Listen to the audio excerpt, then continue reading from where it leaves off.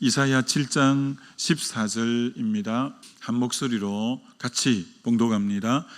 그러므로 주께서 친히 징조를 너희에게 주실 것이요 보라, 처녀가 잉태하여 아들을 낳을 것이요 그의 이름을 임마누엘이라 하리라. 아멘. 임마누엘 세 번째 시간으로 오늘이 이제 고난주간, 흔히 성금요일이다. 옛날에 이렇게 말하곤 했습니다. 예수님이 이제 십자가에 못 박히신 2000년 전에 그날이기도 하죠. 우리는 이사야서를 통해서 하나님의 탄식에 대해서 들으면서 정말 이제는 주님을 아프시게 해드리지 않아야 된다, 그런 차원으로 이 고난주간의 말씀을 살펴보고 있습니다. 오늘 이 말씀의 배경도 이제 3일째 하고 있습니다만, 아람 나라와 북이스라엘이 동맹에서 쳐내려올 때 남유다 왕 아하스 왕이 삼림이 바람에 흔들림 같이 막 흔들렸습니다. 그 왜 흔들리냐면은 하나님이 그들과 함께 하심을 믿는 믿음이 적어서 인간적으로 보면 중과 부적같이 너무 큰 대적들이 쳐내려오니까 마음이 그렇게 흔들린 거예요. 근데 하나님은 그게 섭섭한 거예요. 전능자가 너 뒤에서 지금 있는데 그들의 머리는 사람이고 그들의 머리는 세상이다. 그들은 커 보이지만 별거 아니야. 연기 나는 두 부지깽이 그루터기에 불과해. 그들의 도모는 성취되지 않아. 너 나를 굳게 믿으면 굳게 서게 될 거야. 낙심하지 말고 두려워하지 마. 이렇게 이제 말씀하는 거죠.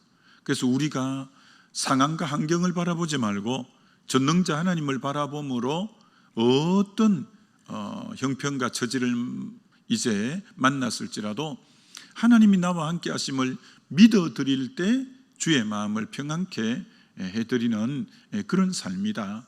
그것이 진정한 고난주간에 주님이 고난받아 주신 이유가, 이제 나 믿고 너희들 평안한 가운데 안정감을 갖고 살아가기를 원하는 게 진정한 고난받아 주신 의미라고 이렇게 말할 수 있죠. 그래서 다시 한번 오늘 이 새벽에 임마누엘, 하나님이 우리와 함께 하시다는 성경에 제일 많이 나오는 약속, 성경의 제일 큰 축복이 이 임마누엘, 하나님이 우리와 함께 하시다는 건데, 문제는 이것이 나의 실제가 되는 것이 너무너무 이제 중요하다라는 것이죠. 창세기 39장 2절 3절에 여호와께서 요셉과 함께 하심으로 그가 형통한 자가 되어, 이런 구절이 나옵니다. 여호와께서 요셉과 함께 함으로 그가 형통한 자가 되어.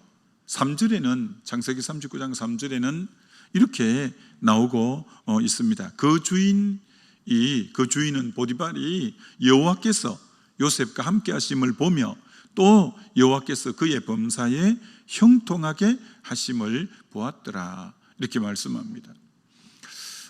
요셉에게 두 번이나 형통함이 있었다는 거죠. 그 형통함의 바로 근원은 여호와께서 함께 하셨기 때문이다, 이렇게 말씀하죠.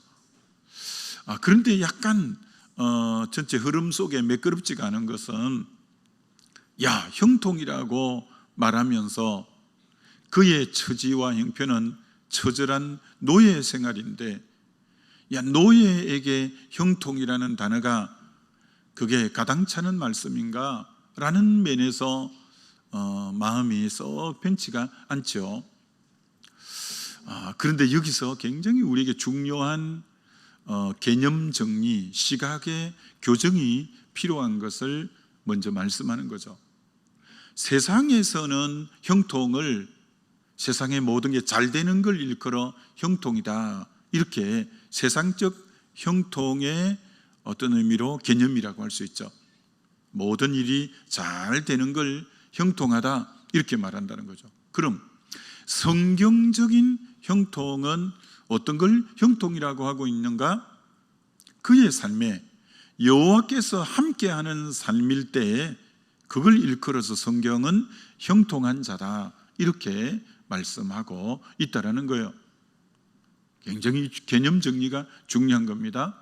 여호와께서 함께 하시는 삶이 바로 성경에서는 형통하다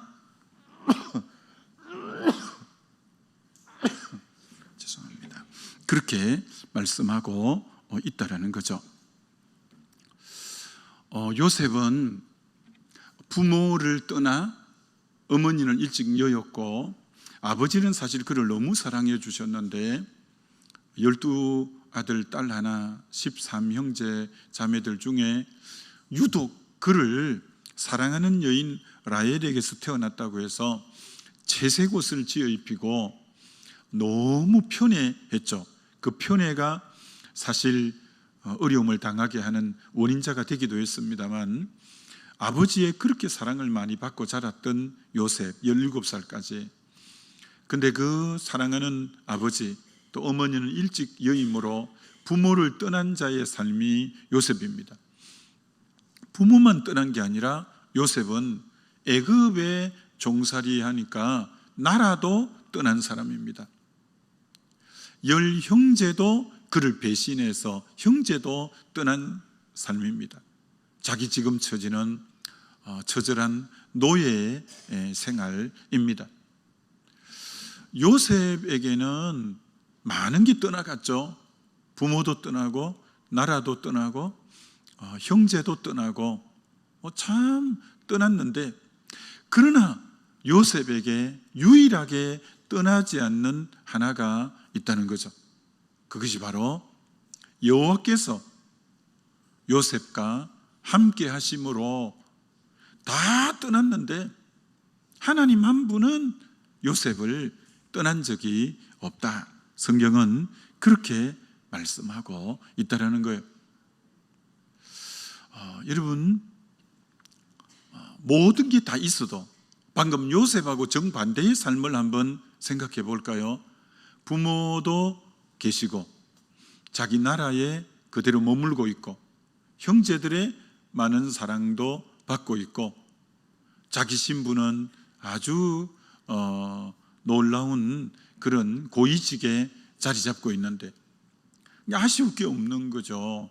부모님도 그리고 형제도 그리고 여러 가지 좋은 자리에 형제들도 부모도 나라도 다 있는데 딱 하나가 없는 거예요.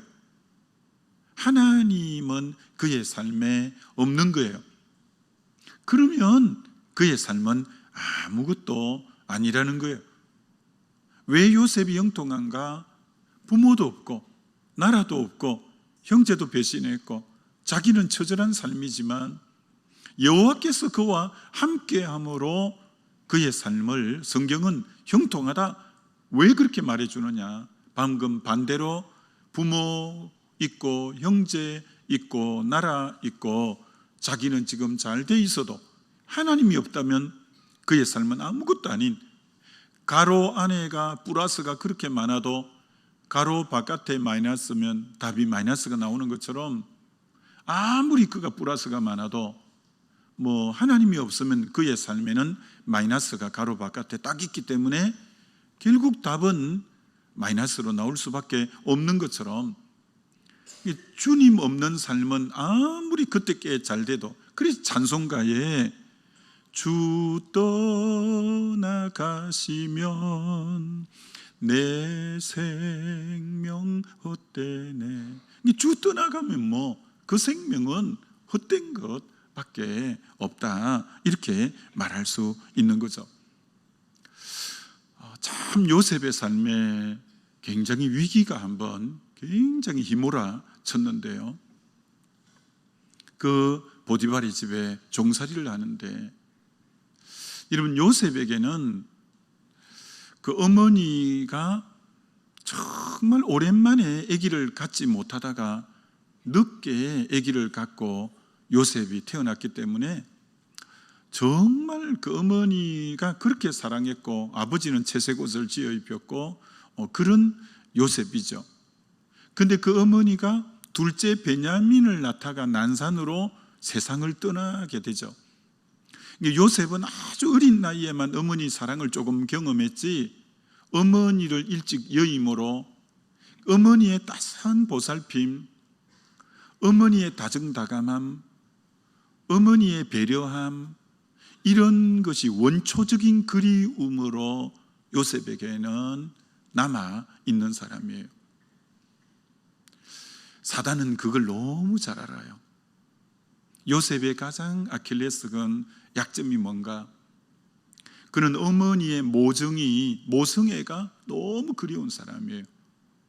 어머니 일찍 여여서 누군가 다정다감하게 해주고, 누군가 배려해주고, 누군가 그를 참으로 잘 챙겨줄 때 정말 그는 그런 것이 원초적 그리움으로 남아있는데, 보디발의 아내가 다 그렇게 접근한 거예요.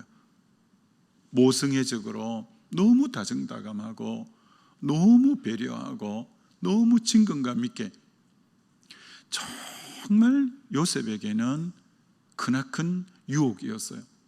근데 요셉이 그 유혹도 뿌리칠 수 있었던 것은 얼마나 하나님의 함께 하심이 가까웠는가, 얼마나 하나님의 임재가 그에게 실제가 되었는가를 생생하게 보여주는 현장이라 할 수 있죠. 오늘 저와 여러분도 사단이 여러분의 약점을 잘 알아요. 어떤 분은 이 부분이 약하고, 어떤 분은 저 부분이 약하고, 어떤 분은 저 부분이 약하고, 사람은 잘 몰라도요, 사단은 그 영역을 알아요. 여러분, 넘어지는 부분이 계속 넘어지지, 오늘은 이거 내일은 저거 이렇게 넘어지는 법 잘 없어요. 여러분이 약점이 뭔지 잘 살펴봐야 돼요. 사단은 그 부분을 항상 유혹하는 거예요. 예수님이 40일 금식 기도 하셨을 때 정말 모든 게 다 먹거리로 보이고 빵으로 떡으로 보이는 그 지금 힘든 상황에 사단이 딱 나타나서 이 돌이 떡이 되게 하라, 하나님의 아들로 그렇게 할 수 있는 능력도 있었어요. 사단은 얼마나 정확하게 가장 지금 필요한 부분을 딱 건드리는 거예요. 그러니 시험에 참 들지 않는다는 것은 결코 여러분 주님의 임재 아래 이 여호와와 함께하는 이 임마누엘의 삶의 실제가 매일매일 안 되면 사단은 가장 약점을 파고든다는 거 여러분이 잘 알아야 돼요. 그래서 얼마나 이 주님과 함께 임재가 실제가 돼야 이런 세상의 사단의 유혹에서 넉넉히 이길 수 있는가라는 걸 우리에게 요셉을 통해 참 잘 보여주고 있다는 거죠.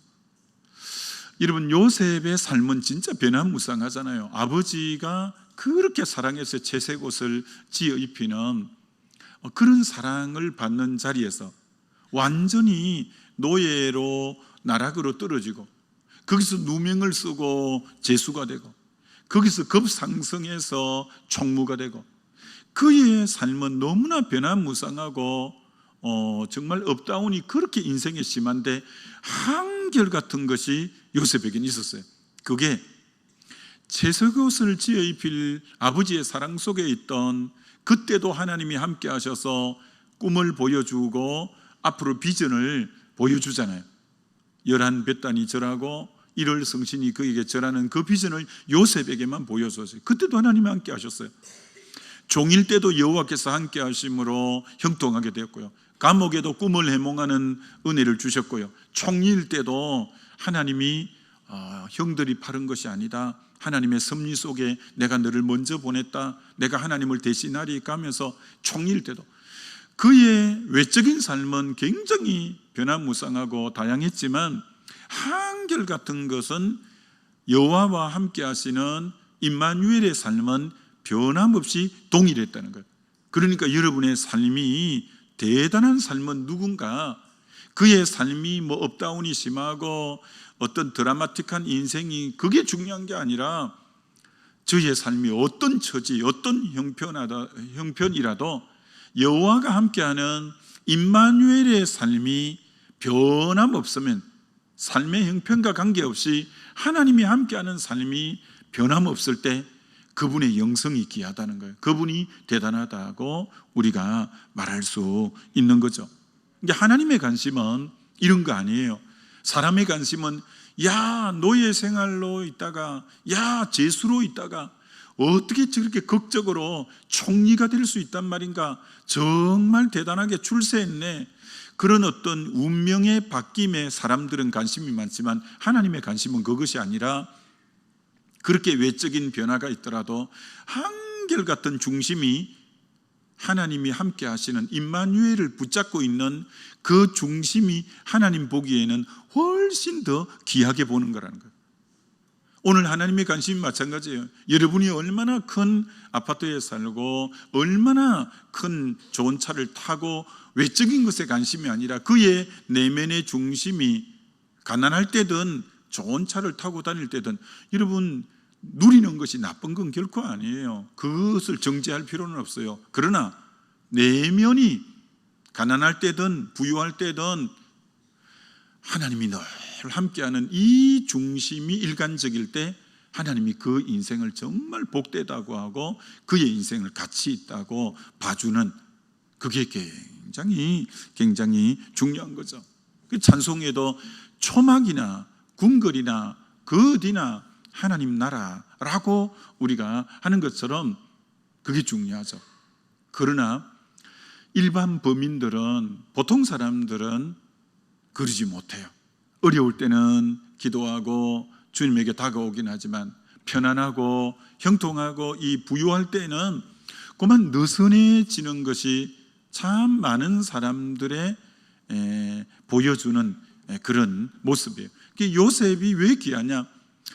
아버지의 사랑받을 때는 노예나 종이나 총리나 한결같이 하나님이 함께하는 삶, 그 바깥의 삶은 변화무쌍해도 그 중심에 하나님과 함께하는 삶은 아주 동일하다는 게 하나님이 너무 가치 있게 보는 거예요.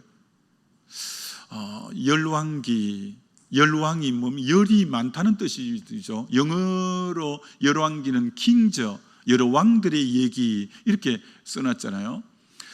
왕들의 얘기 중에 아사 왕은 여러분 오뎃이라는 선지자가 영적 멘토일 때 종교개혁을 단행했어요. 그래서 하나님이 아사를 굉장히 복주셔서 나라가 평안하고 전쟁이 없었어요. 그렇게 종교개혁도 하고 하나님을 잘 경외했던 아사 왕인데 이제 평안하다 보니까 하나님을 가까이 하지 않은 거예요. 이 일관성이 없는 거예요. 그래서 북이스라엘이 또 전쟁하자고 쳐내려온 거예요. 남유다 2지파밖에 안 되는데 10지파에 큰 나라가 쳐들어온 거예요. 그러면 사실은 적이 많고 강하고는, 전쟁은 여호와께 속한 것이고 나와 싸우는 자와 하나님이 싸워주고 나와 다투는 자와 다투어주기 때문에 대적의 큼은 큰 의미 없잖아요. 기드온 300용사와 13만 5천 명, 히스기야가 18만의 아수르 대군을 이기는 것처럼 대적이 많고 적으면 하나님 앞에는 사실 큰 문제는 아니거든요. 그런데 이 아사가 그렇게 종교개혁까지 단행한 그자가 믿음이 느슨해서 왕궁 곳간의 금은을 가지고 저 아람 나라 수도가 다메섹인데 거기 가서 용병을 청하는 거예요. 하나님이 너무 서운한 거예요. 믿음의 일관성이 없는 거예요. 지난날 그렇게 하나님 의지했던 거가 지금은 위기가 오니까 세상을 의지하는 거예요. 그래서 준 유명한 말씀이 역대하 16장 9절이에요. 여호와의 눈이 온 땅을 두루 감찰하시나니 전심으로 자기를 향하는 자에게 능력을 베푸신다. 그때 주님이 하신 말씀이에요.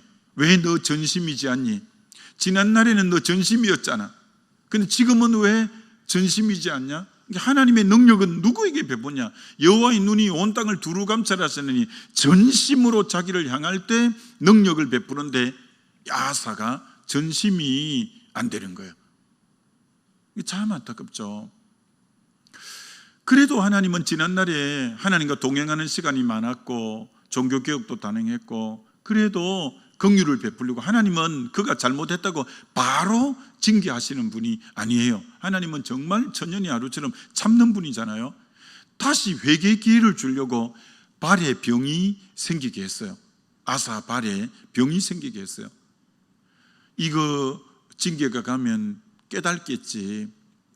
고난 중에 시편 119편에 고난이 내게 유익이라, 고난 중에 내가 깨달았다고 하는 것처럼 그렇게 될 줄로 알고 발에 병을 주었는데 끝끝내 하나님 의지 안 하고 의연을 의지하고, 그래서 성견자 하나니아가 가서 왕이여 그러시면 안 됩니다 했더니, 여러분 지난날에 선지자와 관계가 좋을 때 종교개혁도 하고 나라가 그렇게 형통했는데 영이 안 좋으면요 주의 종하고 관계가 안 좋아요. 성견자를 옥에 가두어 버리는 거예요. 그래서 결국은 하나님이 아사를 쳐서 참 죽게 만드는 거예요. 너무 안타깝죠. 아사가 정말 이 하나님과 함께 하심이 전과 후가 다른 거예요. 그래서 여러분은 꼭 아셔야 돼요. 여러분의 삶이 아무리 형통해도 하나님과 함께하면 늘, 하나님과 함께하고 형통할 때의 특징은 그때 하나님이 세운 주의 종과 관계가 언제나 바로 될 때예요. 우시야 왕도 그랬거든요. 하나님의 묵시를 밝히 하는 서가래가 있는 날 동안 하나님이 그를 형통케 하셨거든요. 우시야는 16살에 왕이 되었기 때문에 이런 나이에 왕이 되었어요.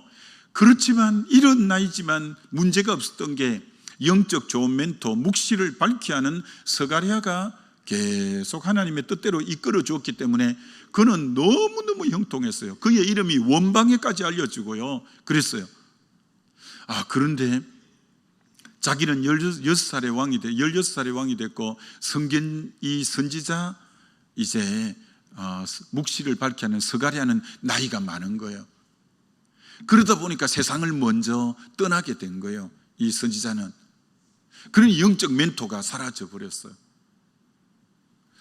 영적 멘토가 사라져 버리니까 그가 강성함에 우시야가 교만하여 제사장만이 할 수 있는 분향을 자기가 분향한다고 막 해서 하나님이 이마에 나병이 발하게 한 거예요. 그래서 별궁에 쓸쓸하게 별궁에 거하다가 죽어가는 이가 우시야예요. 그렇게 묵시를 밝히 하는 하나님의 종이 옆에 있을 때 그렇게 나라가 형왕되고 잘 됐는데, 그가 세상을 먼저 떠나고 바른 영적 지도자가 사라지자 그만 교만하게 되어서 그 하나님이 함께 하심이란 임마누엘이 끝까지 지켜지지가 못했던 거예요. 그래서 여러분, 우리는 정말 참 하나님과 이 임마누엘 함께함이 얼마나 귀한가라는 거예요. 한 분만 더 예를 들면, 여러분 이스라엘 초대왕 이 사울 왕이 악신이 들려서 야료하고 굉장히 번민에 빠지고 괴로워했잖아요. 그래서 그 대신들이 어떻게 왕의 지금 악신이 들려 괴로워하는 걸 치료할 수 있을까? 그래서 대신들이 아마 음악 치료 같은 수금을 잘 타는 자를 좀 전국에 수소문해서 불러와서 수금을 타서 악신을 쫓아내던 왕의 마음을 평안케 해야 되겠다.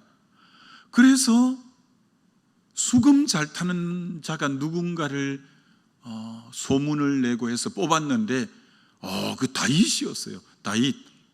수금 잘 타는 자가 다윗이었어요. 성경에 그를 이렇게 설명하는 거예요. 그는 무용가, 아주 구변이 준수한 자고 여호와께서 그와 함께 계시더이다. 수금 타는 목동으로 있을 때도 여호와께서 그와 함께 계시더이다. 요새 다윗을 소개하는데 수금 잘 타는 자, 여호와께서 함께하는 자, 이 두 개는 짝이 되는 거예요. 왜 수금 잘 타는가 하고 하나님이 그와 함께하는가 하고 이게 등식이 성립되죠. 그게 바로 자기가 쓴 시편 22편 3절에 이스라엘의 찬양 가운데 거하시는 주여 주는 거룩하십니다. 찬양을 할 때 주의 임재가 그와 함께하는 거예요. 수금을 잘 타니까 늘 양을 칠 때마다 적적하니까 온 마음으로 찬양을 할 때 그곳에 주의 임재가 있으면서 그는 언제나 수금과 찬양과 주의 이 함께하심이 늘 함께했던 자가 다윗이에요. 여러분, 다윗이 시편을 거의 시편의 대부분이 다윗의 시편인데 약 75편 정도를 쓰죠. 그런데 그 중에 이 시편 150편 중에 가장 명시로 꼽히는 시편이 시편 23편이에요. 다윗이 쓴 시편이에요. 여호와는 나의 목자시니 내게 부족함이 없으리로다인데, 자, 그럼 여러분, 그 시가 왜 명시냐라는 거예요. 왜 그 시가 명시냐는 거예요. 저는 어제 다시 말씀 묵상하면서 영어 성경하고 같이 좀 보면서 새롭게 이렇게 깨달아졌어요. 여호와가 나의 목자신데 무려 동사 8가지 동사, 잠깐만 일일이 찾아보니까 is, make, lead, restore, guide, art, comfort, prepare 다 현재형으로 쓴 거예요. 여호와가 나의 목자신 내게 부족함이 없는데 그가 나를 푸른 초장에 오늘 이렇게 인도하시는 거예요. 실만한 물가로 오늘 현재형으로 오늘 지금 인도하시는 거예요. 내 영혼을 지금 소생시켜 주시는 거예요. 내가 사망의 음침한 골짜기 갈 때 지금 나와 함께 가주시는 거예요. 지금 내 빈잔을 채우고 원수 앞에 내 머리에 기름을 바르고 전부 지금 주의 손이 막대기와 지팡이 나를 안위해 주시는, 왜 여호와가 나의 목자고 그게 왜 명시냐? 임마누엘이 지금 현재형이라는 거예요. 현재. 지금 주님이 나와 함께 실제가 되어주는 시편이고, 그럴 때 주님은 시편 18편에 말한 것처럼 여호와는 나의 힘이시니 내가 여호와를 사랑한다. 지금 주님이 나의 현정이 되어주니까 나의 바로 힘이 되어주시는 거예요. 여러분, 주님은 오늘도 그 다윗의 주님은 저와 여러분의 오늘 나의 목자로, 오늘 나를 푸른 초장 실만한 물가로, 오늘 내 영혼을 소생시키고 의의 길로 인도하는 분으로, 오늘 사망의 음침한 골짜기에 동행해 주시고 오늘 내 빈잔을 채우시고 원수 앞에 상을 베풀고 원수 앞에 지팡이와 막대기로 나를 안위해 주시고, 그분이 오늘 그렇게 해주는 나의 조언, 나의 임마누엘의 목자인 줄 믿습니다. 여러분, 신앙의 현재성, 신앙의 현재성이 있는 자만이 신앙의 영원성이 있는 거예요. 무슨 말이냐면 오늘 주님이 나와 함께 해주심으로 시편 23편 마지막 절이 나의 평생에 여호와의 선하심과 인자하심이 정녕 나를 오늘 함께 해주심으로 내가 여호와의 집에 영원히 거하리로다. 이게 현재성이, 오늘 하나님이 나의 현재성이 있는 사람만이 영원성이 보장되는 거예요. 오늘 자기의 삶에 하나님이 함께하는 게 느껴지지 않는데 영원성이 어떻게 확신할 수 있겠어요? 어떻게 내일 나의 구원을 보장할 수 있겠어요? 중요한 것은 오늘 하나님이 나와 함께 하시는, 나와 내 속에 임재하시는 게 실제가 될 때 자연스럽게 그 하나님은 나의 영원까지 여호와의 집으로 인도하시는 영원성도 보장이 되는 거죠. 그리고 중요한 것은 오늘이라. 오늘 신앙, 오늘 임마누엘이 실제가 되시고 신앙이 오늘 나와 함께 하시는 하나님이 될 때, 여러분, 영원히 여호와의 집에 인도하는 것은 그건 시간 문제고 당연하게 되는 것이다, 이렇게 생각하시고, 이 임마누엘의 삶이 이 고난 주간에 그분이 고난 당하 주신 이유는 너 오늘 나와 함께 사는 삶이 실제로 나를 모시고 살아, 그게 너의 행복이고 나의 기쁨이야 라고 말씀해 주신다는 걸 알고 오늘 하루길도 주님의 임마누엘 하는 함께함의 삶이 실제가 되어지시기를 우리 주님의 이름으로 축원합니다. 우리 기도하면 좋겠습니다. 오늘 말씀 생각하면서 하나님, 정말 임마누엘의 삶이 실제가 되는 나의 삶이 되게 해달라고 주여 한번 부르고 기도합니다.